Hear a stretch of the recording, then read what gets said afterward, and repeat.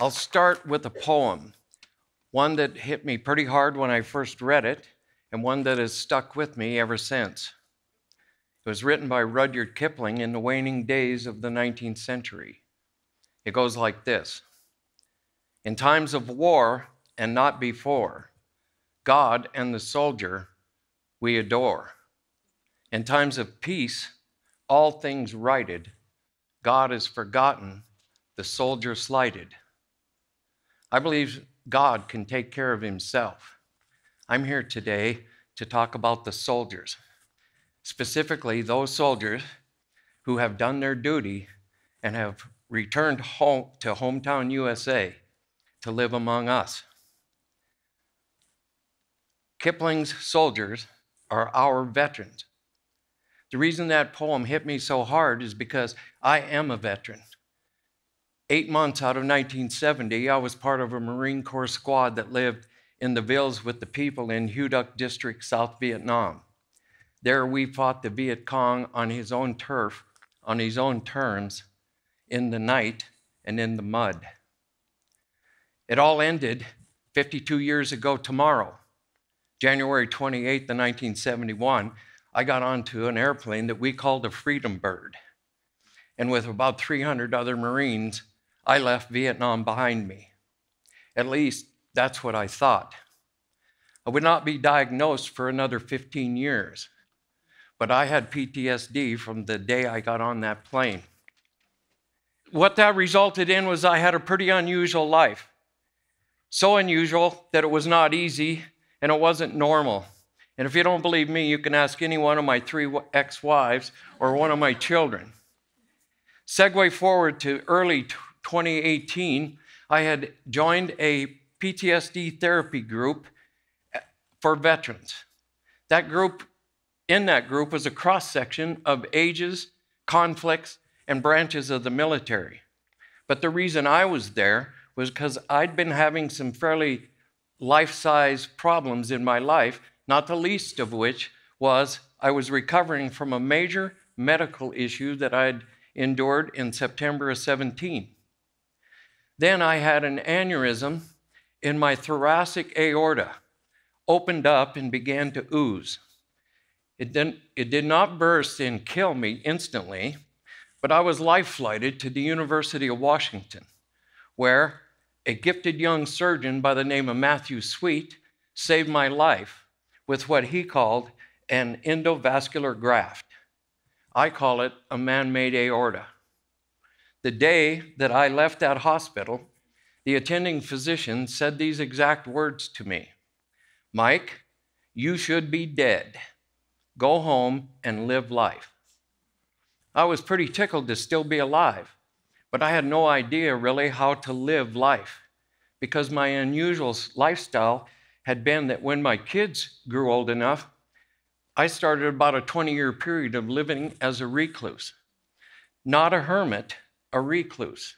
I had a wife, sort of, a business, and some property. The wife lived on the property.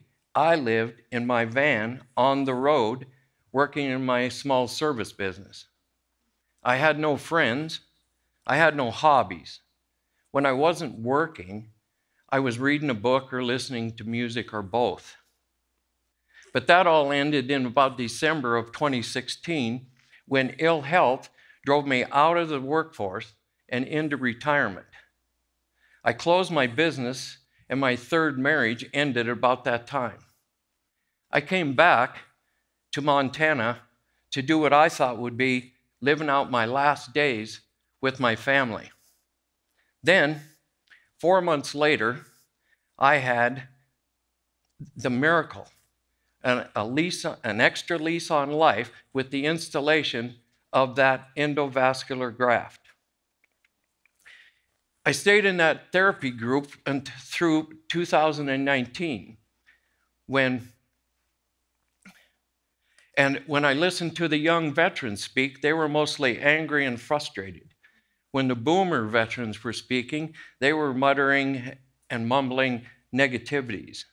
But the general consensus across the ages was that the VA was not doing very well, and they weren't about to get any better very soon.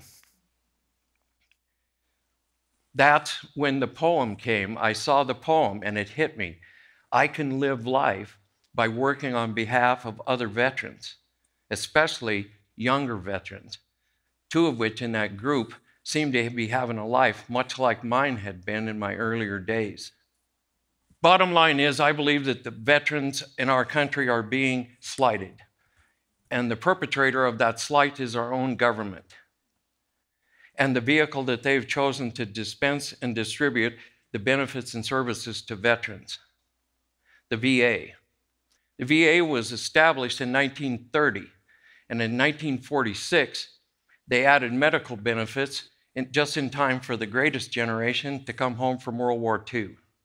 In 1989, they reorganized the entire operation and elevated it into a cabinet-level Department of Veterans Affairs.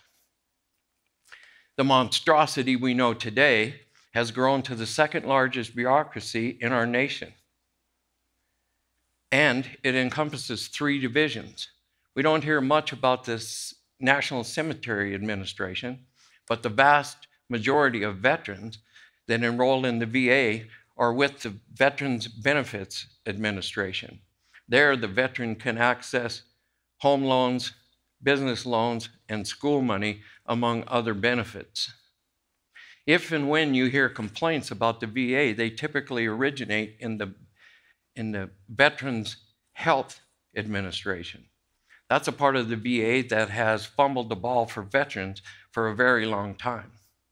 By their own reporting, of all the servicemen separated from active duty since 2001, only 62% are enrolled in the VA. Of the 38% that are not, many cite the unpleasant nature of the enrollment process as being part of the reason that they are not enrolled. Of those enrolled in the last year, they suffered 19.7 million appointments canceled, rescheduled, or in some way delayed. 3 of those were mine. Then there's the community care program. That's where the veteran is supposed to be able to access medical care in his home community without travel. In that same last year, the average wait time for a community care appointment was 41.9 days. If that's the average, then some poor veterans are waiting a heck of a lot longer than that. You got to hand it to the VA. They are being overwhelmed by the sheer numbers of people trying to get benefits. They have a double whammy, actually. The senior citizens, the boomers, are retiring in record numbers. And many are finding that with the reduced income of retirement, they can then qualify for benefits from the VA through a means test. The second half of the whammy is that most of the 26 million soldier heroes that we sent to the Middle East in the last 20 years are now back in hometown USA, and they need services as well. 20% of those 26 million came home with PTSD. 37 of us Vietnam veterans have PTSD.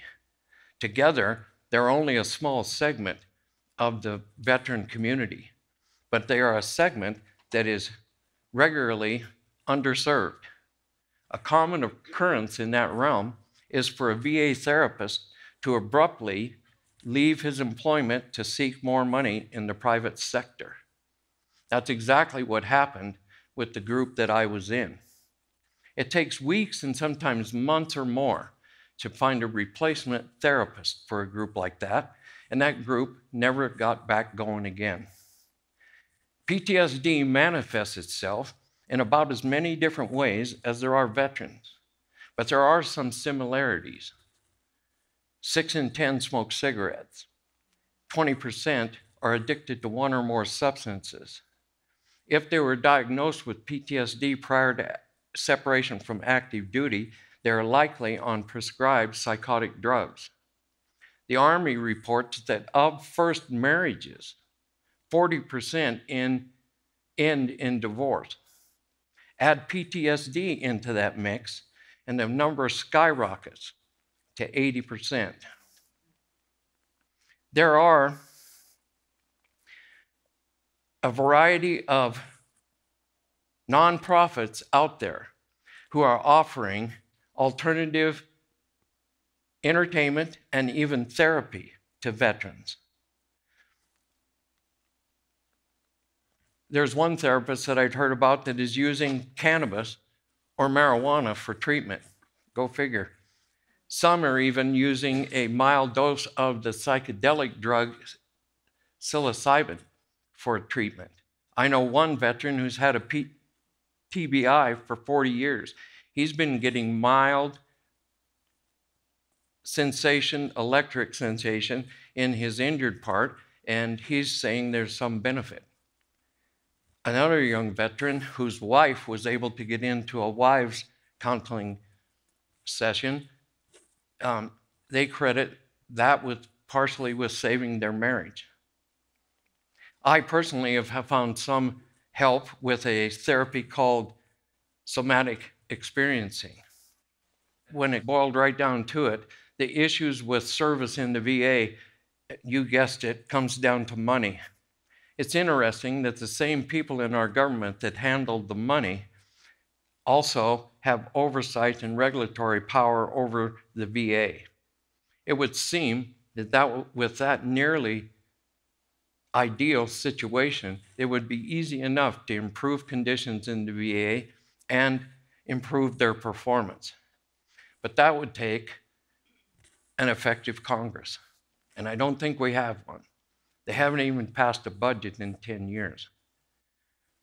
That being said, what do we do as individuals? You should, I think, become an advocate or a champion for a veteran near you.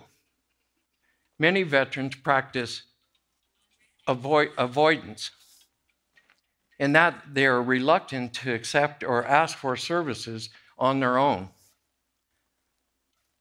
That's why, and the VA, although they offer a wide range of benefits and services, they will not hunt down the veteran and force those benefits on him. That's why the veteran or some person on his behalf needs to identify what benefits he's eligible for, apply for those benefits, and then be persistent and tenacious with your quest for those benefits. There's something to be said in the Veterans Administration for the old saying, the squeaky wheel gets the grease. When we raised our hand and swore that oath of allegiance to our government, we initiated and entered into a contract with our government. Department of Veterans Affairs is responsible for fulfilling the requirements of those contracts for our veterans.